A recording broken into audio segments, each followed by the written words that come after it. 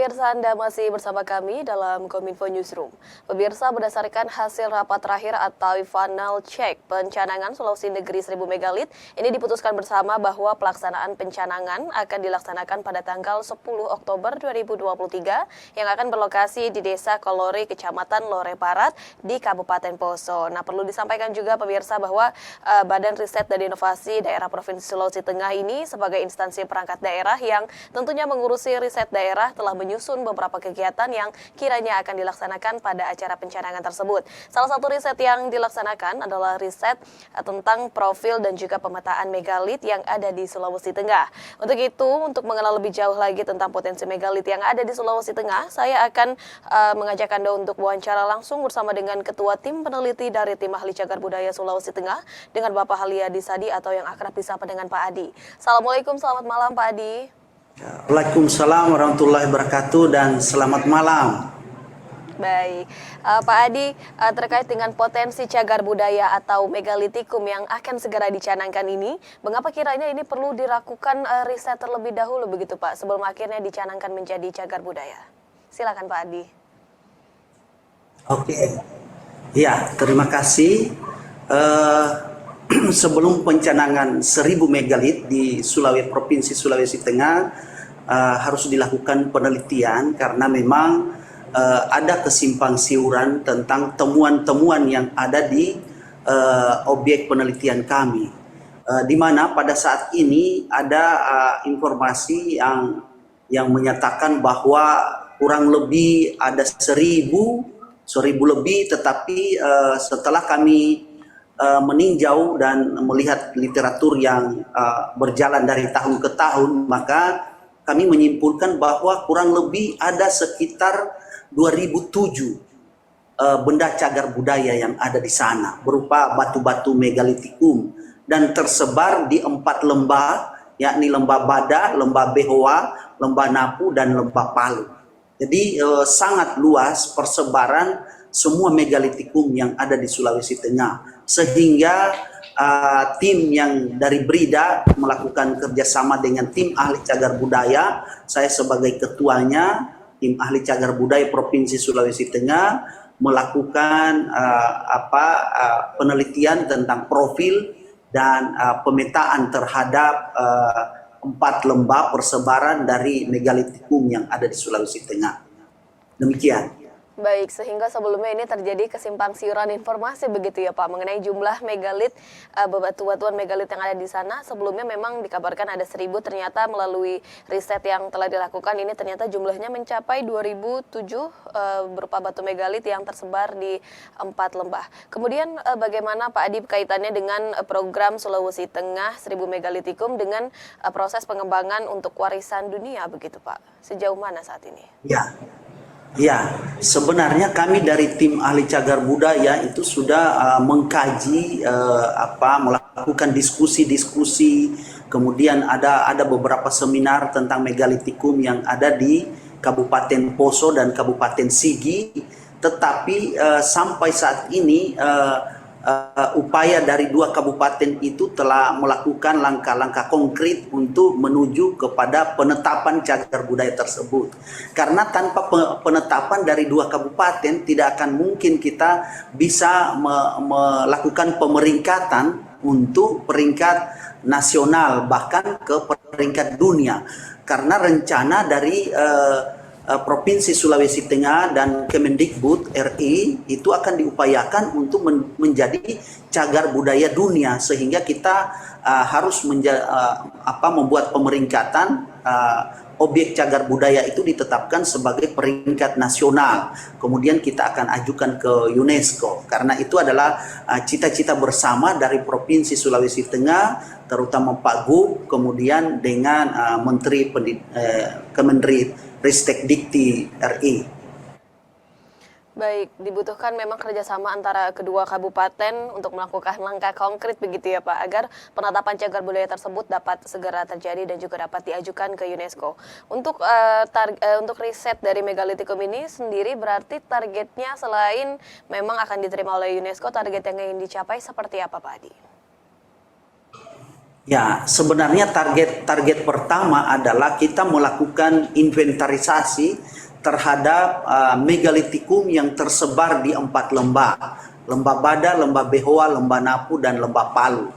Keempat lembah ini adalah sesuatu kawasan yang begitu luas, sehingga ketika kita menetapkan, maka ada beberapa situs megalitikum ini kita jadikan sebagai benda cagar budaya berupa kawasan gitu. Jadi target pertama adalah penetapan, kemudian target kedua kita bisa membaca 4 kawasan ini, bagaimana situs ini di statusnya, apakah dia benda, apakah dia situs, apakah dia kawasan gitu, apakah dia struktur menurut undang-undang. Itu target kedua. Kemudian target ketiga adalah bagaimana ini kita peringkatkan ke peringkat nasional.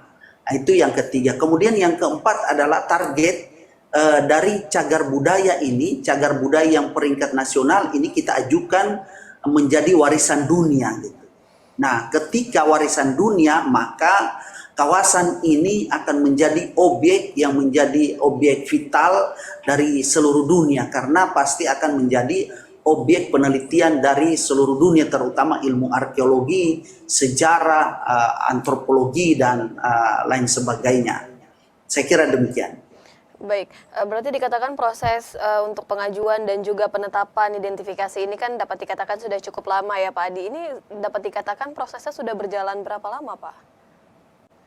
Ya, sebenarnya kalau kita hitung itu Gubernur Sulawesi Tengah sejak terangkat, beliau ini sudah memperhatikan hal ini, makanya beliau selalu menyampaikan kepada tim peneliti dari universitas untuk melakukan riset-riset kecil begitu. Dari riset-riset kecil ini kemudian dihimpun oleh Badan Riset Daerah Provinsi Sulawesi Tengah untuk membuat satu penelitian yang agak komprehensif maupun multidisiplin untuk melihat ini. Makanya kami dari tim ahli cagar budaya itu bekerja sama dengan beberapa tim ahli antropologi, ahli hukum, ahli geologi, tentang ini ahli arkeologi, sejarah. Itu kita bersatu dalam tim riset ini untuk melakukan riset terhadap objek megalitikum yang tersebar di 4 lembah ini, termasuk dari geografi untuk pemetaannya. Baik, ada baik dari tim riset kemudian dari pemerintah setempat, ini ada target tertentu nggak sih Pak untuk tahun berapa semisal akan diresmikannya ini sebagai warisan budaya yang mendunia begitu? Ada target seperti itu tidak Pak? Yang pertama, target 1000 megalitikum Sulawesi Tengah akan dicanangkan di 2023 ini, di bulan Oktober tanggal 10, itu adalah pencanangan untuk provinsi.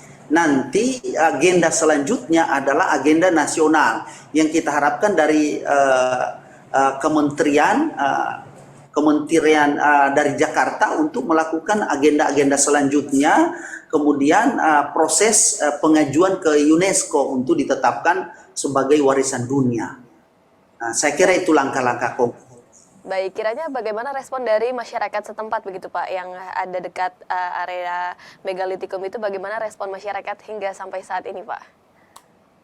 Ya, sejak Gubernur Rusdi Mastura mencanangkan 1000 megalitikum untuk Provinsi Sulawesi Tengah, masyarakat ini sangat mendukung. Kenapa? Karena infrastruktur ke sana selama ini tidak terlalu banyak diperhatikan, sehingga setelah pencanangan itu maka masyarakat lokal juga melakukan kunjungan ke sana, sehingga mau tidak mau jalan kemudian akses ke objek itu harus diperhatikan, dan masyarakat setempat sangat antusias mendukung ini, dan bahkan masyarakat melakukan gotong royong untuk membersihkan wilayah itu, objek-objek yang tersebar di sekitar itu, termasuk juga dengan penjaga dari situs ini selalu menghimbau kepada masyarakat setempat untuk menjaga dan menyiapkan segala sesuatu ketika ada tamu yang datang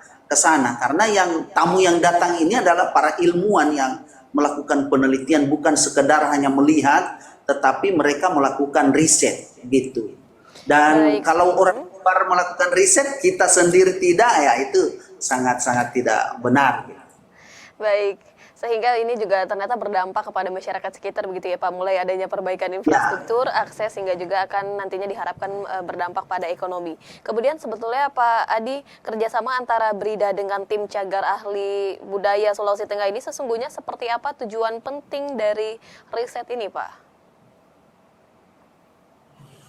ya, tujuan penting dari kerjasama Badan Riset Daerah dengan tim ahli cagar budaya ini adalah karena yang pertama itu kita melihat megalitikum ini belum ada hasil-hasil penelitian yang dipublikasi secara ilmiah, termasuk informasi, termasuk pemuatan di jurnal-jurnal lokal, nasional maupun dunia itu belum banyak kita lihat. Sehingga BRIDA dan tim ahli cagar budaya melakukan langkah-langkah konkret untuk bekerja sama melakukan riset ini. Yang pertama itu kita lakukan tinjauan dulu, kita mengobservasi. Tahun ini kita akan mengobservasi, tahun depan itu kita akan melakukan penyusunan profil dari megalitikum yang ada dari 2000 megalitikum ini. Habis itu baru kita melakukan pemetaan, begitu baru kita publikasi. Publikasinya tentu saja bukan publikasi lokal saja, tetapi publikasi nasional, bahkan publikasi internasional. Kita ajukan ke seminar-seminar nasional dan seminar-seminar dunia untuk kita perkenalkan ke halayak ramai. Baik, sehingga nanti ini akan diharapkan juga memiliki semacam bilingual bahasa begitu ya Pak. Ada 2 bahasa karena kan ini juga targetnya ialah salah satunya internasional begitu ya Pak Adi. Pak Adi, Iya. terakhir apa manfaat dari hasil penelitian untuk pengembangan megalitikum ini dan juga apa dampaknya di selain pada bidang pariwisata dan juga untuk ilmu pengetahuan begitu Pak Adi? Ya, manfaat yang pertama itu pasti akan dirasakan oleh masyarakat setempat di 4 lembah ini. Nah, masyarakat tentu mendapatkan manfaatnya. Karena kelihatan saja dari pencanangan 10 Oktober nanti ini, itu masyarakat sudah betul-betul sudah melakukan persiapan dan sudah melakukan interaksi dengan orang yang berkunjung. Itu yang pertama. Kemudian yang kedua, selain manfaat ilmu pengetahuan, juga ada manfaat ritual-ritual tertentu yang budaya-budaya lokal yang selama ini tidak terekspos pasti akan muncul ketika pencanangan ini. Misalnya pembuatan kulit kayu, itu adalah sebenarnya budaya lokal yang mendampingi objek wisata ini, objek cagar budaya ini. Ada pembuatan kain kulit kayu, kemudian ada tarian-tarian khas poso dan lain sebagainya. Itu pemberdayaan terhadap komunitas-komunitas tari, komunitas budaya yang ada di 4 lembah ini akan memberikan manfaat yang sangat berarti. Kemudian bagi ilmu pengetahuan ini akan menjadi temuan yang menarik karena memang situs megalitikum Sulawesi Tengah ini belum terekspos. Karena pernah lalu itu dibandingkan dengan Gunung Padang, padahal itu kalau Gunung Padang cuma 1 gunung saja, kita 4 lembah begitu.